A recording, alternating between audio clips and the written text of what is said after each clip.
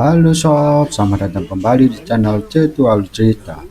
Masih bersama saya Buncu akan menjelaskan alur cerita film yang berjudul Taichi Shiro tahun 2012. Lanjutan film ini lanjutan dari film yang sebelumnya. Dan disarankan untuk kalian yang belum nonton silahkan nonton film yang sebelumnya agar kalian merasa tidak kebingungan. Dan teman-teman yang suka konten di channel ini jangan lupa subscribe, nyalakan lonceng notifikasinya agar kalian tidak akan ketinggalan dengan video yang terbaru. Bagaimana kisah selengkapnya? Mari kita bahas alur ceritanya. Di awal film, Lukan dan Yuni yang pada akhirnya menikah dan disaksikan oleh semua penduduk desa setelah acara kawin selesai. Tiba-tiba ada seorang pria terlihat seperti jagoan datang dan langsung melemparkan topi bambu ke arah mereka. Ternyata dia adalah Chen Sai, kakak dari Yuni yang baru saja tiba bersama istrinya. Semua orang sangat senang melihat Sai yang kembali karena lama tidak mudik. Tapi Guru Chen menatap dengan berbeda dan sangat curiga, lalu menyuruh Chen Yun untuk mencari informasi. Pada saat itu, meskipun telah menikah, Lukan masih tetap bertingkah bodoh dan memakan daun-daunan. Hal ini membuat Yuni sangat kesal dan ingin pergi menegurnya. Guru Chen menghentikan Yuni dan menjelaskan bahwa Lukan sebenarnya bukanlah orang yang terlahir culun alias bodoh. Dia seharusnya menjadi seorang ahli kungfu yang pantas disegani. Tapi karena bunga mekar di mahkota, saluran energi Lukan menjadi kacau dan membuatnya bertingkah seperti orang culun alias bodoh. Untuk menghilangkan efek tersebut, Lukan harus bergantung pada Yuni sang istri untuk membantunya menyeimbangkan aliran yin dan yang guna menyatukan tubuh dan pikirannya.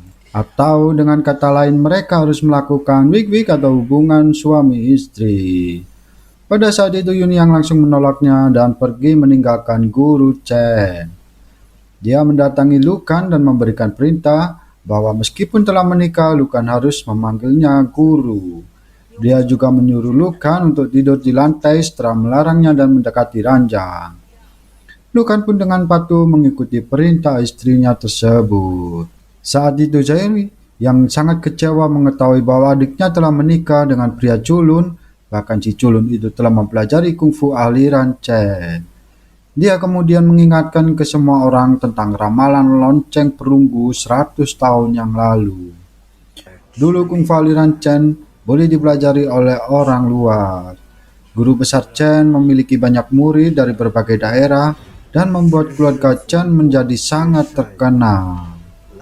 Suatu hari, seorang biksu gila datang ke desa Chen dan membawa tas besar di punggungnya. Dia tinggal di aula leluhur dan memiliki nafsu makan yang sangatlah besar. Dengan keramaan hatinya, Chen menerima biksu itu dan memberikan makan. Si biksu gila itu tinggal di desa Chen selama 2 minggu dan suatu hari dia menertawakan para murid yang sedang berlatih. Para murid sangat marah dan langsung saja menyerangnya tiba-tiba. Tapi ternyata biksu gila itu bukanlah seorang sembarangan. Dia mengalahkan para murid dengan mudah dan gamblang. Dan guru besar Chen sangat marah melihat muridnya terluka dan meminta penjelasannya.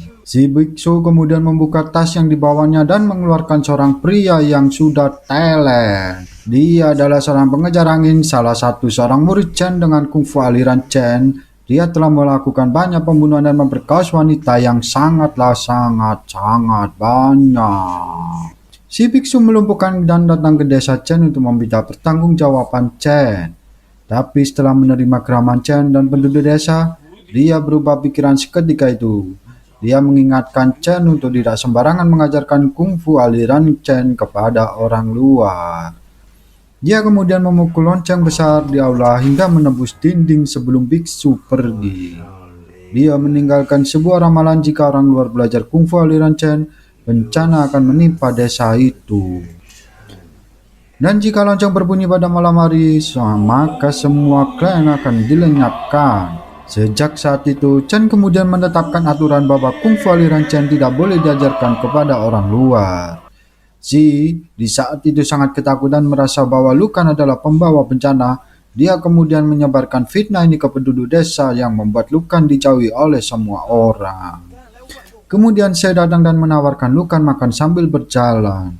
Lukan pun menceritakan tentang masa lalunya karena dia dulu adalah seorang pejuang garis depan dari pasukan kultus dewa. Tapi sekarang pasukan itu sudah hancur dan Lukan datang ke desa Chen untuk mengobati penyakitnya. Tak berselang lama Lukan melihat kungfu Sai yang dia peragakan, kemudian meminta Sai untuk mengajarinya beberapa gerakan. Sambil memberi petunjuk, Sai memperlihatkan beberapa gerakan dan membuat Lukan semakin terkesan. Namun tiba-tiba beberapa orang langsung membawa Lukan dengan paksa dan sangatlah kasar. Dia ingin mengusir Lukan dari desa Chen untuk mencegah bencana. Tapi tiba-tiba bunga mekar 3 mahkotanya aktif dan Lukan pun mengamuk mengajar para penduduk seperti orang kesurupan. Pada akhirnya Lukan pun pingsan setelah melihat istrinya datang. Pada malam harinya Guru Chen memanggil Yuni dan meminta memberikan pusaka keluarga kepada Sai. Namun di aula, lonceng perunggu berbunyi dan mengejutkan seisi desa. Semua orang panik dan takut jika ini adalah pertanda bahwa desa Chen akan dimusnahkan. Mereka menyalahkan Lukan sebagai pembawa bencana dan ingin mengusirnya sesegera mungkin. Sai yang datang kemudian menghentikan lonceng yang berputar itu dengan beberapa gerakan kungfu-nya. Meskipun tidak ada bahaya yang terjadi, para penduduk desa tetap ingin mengusir Lukan dari desanya. Dan para penduduk di desa mereka ingin mengangkat Sai untuk menjadi kepala desa, menggantikan Guru Chen yang selama ini tidak terlihat alias nongol. Pada saat itu, Yun yang tidak setuju dan berdebat dengan para sesepuh. Lalu Guru Chen memberitahu semua orang bahwa kembalinya Sai yang berhubungan dengan Feng. Ia juga menunjukkan telegram yang dikirimkan oleh Chang Yu. Namun tidak ada seorang pun yang mempercayai Guru Chen dan Sai tetap tidak mengakuinya.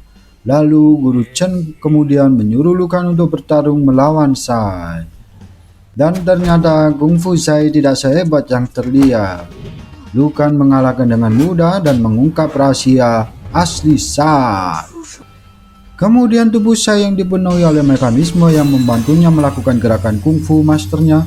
Dengan begitu dia terlihat seperti seorang ahli bela diri. Dengan sangat malu Sai mengakui bahwa ia kembali ke desa atas perintah Feng. Saat ini Sai memiliki banyak hutang dan pabrik mesinnya telah disita oleh pemerintahan. Dan Feng pun berjanji akan membantu saya asalkan dia bisa menjadi kepala desa Chen.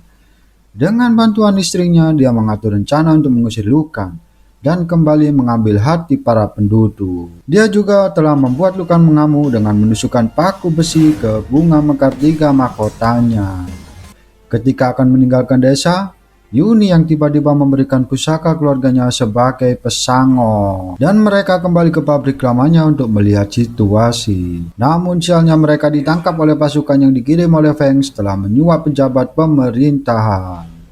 Feng berhasil menjadi gubernur di provinsi Tianjin. Lalu Feng ingin menghukum Sai dan istrinya karena gagal menjadi kepala desa Chen. Namun saya menyalahkan Lukan atas kegagalannya itu. Dan tanpa sengaja saya mengungkap rahasia Lukan yang dulunya adalah seorang pejuang garis depan dari pasukan kultus dewa. Tapi tak disangka ternyata Feng menggunakan Lukan sebagai alasan untuk menyerang desa Chen. Setelah mengetahui bahwa kakaknya berhubungan dengan Feng, Yuni sering menyendiri dan merenungi setiap kali dia teringat akan Feng. Hampir menghancurkan desanya, dia menjadi sangat marah dan melampiaskan emosinya kepada Lukan. Kemudian saat itu Guru Chen menyuruh untuk menenangkan diri dan mengamati semua hal dari sudut pandang yang berbeda. Lukan pada akhirnya mengerti penyebab kemarahan istrinya dan mengapa dia selalu terlihat sedih. Dia pergi untuk menghancurkan bangkai monster besi yang selalu mengingatkan akan istrinya tentang si brengsek Feng. Pada dasarnya Yuni yang sangat tersentuh melihat apa yang dilakukan oleh Lukan. Dia kemudian menggantikan dan mengajak Lukan kembali ke rumahnya.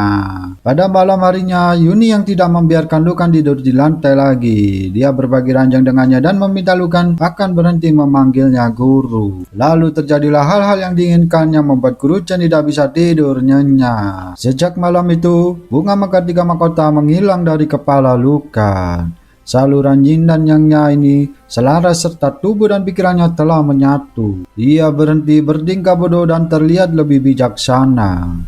Kemudian Feng akhirnya datang ke desa dan membawa semua pasukan yang ada di Tianjin. Dia langsung menyerang dan ingin menangkap mereka bertiga dengan tuduhan telah menjadi bagian dari pasukan pemberontak. Pada saat itu Guru Chen tidak berniat melawan pemerintahan, karena jika itu terjadi, maka dipastikan desa Chen akan musnah. Lalu dia menyuruh Lu Kan dan Yuni pergi ke Peking untuk meminta bantuan Guru Li Qianku. Pada saat itu Shai yang datang dengan mesin terbang ciptaannya kemudian membantu Lu Kan dan Yuni untuk melarikan diri. Namun Shai dan Guru Chen tertangkap dan dibawa ke Tianjin untuk diadili. Kemudian Lu Kan dan Yuni pun akhirnya tiba di Peking. Namun untuk bertemu Guru Li, Lu Kan harus mengalahkan 8 orang muridnya. Saat itu Lu Kan berhasil menang tanpa melukai mereka dan pada akhirnya bertemu dengan Guru Li.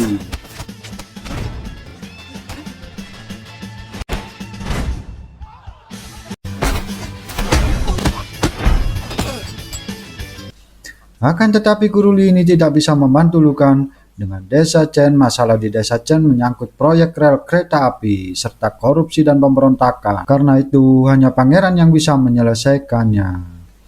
Saat itu pangeran sangat mengagumi kungfu aliran Chen dan ketulusan para penduduknya. Tapi untuk membuktikan bahwa mereka memang asli dari sana, pangeran memintanya untuk bertarung melawan gurunya Li.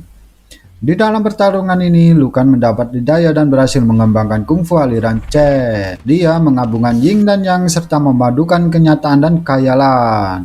Saat itu, pangeran sangat tertarik dengan teknik bertarung Lu Kan yang berisi filsafat Tai Chi.